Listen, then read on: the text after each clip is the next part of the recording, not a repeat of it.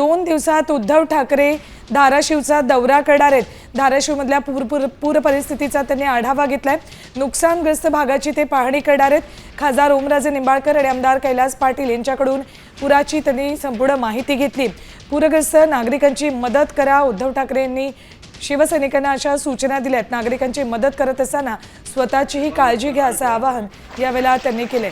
लोकांना आधार द्या, धीर द्या असं उद्धव ठाकरे यावेळेला म्हणाले। धाराशिवमध्ये पुरानं सर्वाधिक नुकसान झालेलं आहे। तर खासदार ओमराजे निंबाळकर यांनी काल एका कुटुंबाला अडकलेला असताना तिथून बाहेर काढले। त्या संदर्भात त्यांच्याकडून त्यांनी माहिती घेतली।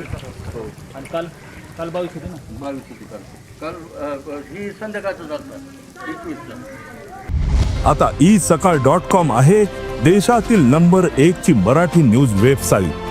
प्रत्येक अपडेटसाठी isakal.com ला नक्की भेट द्या।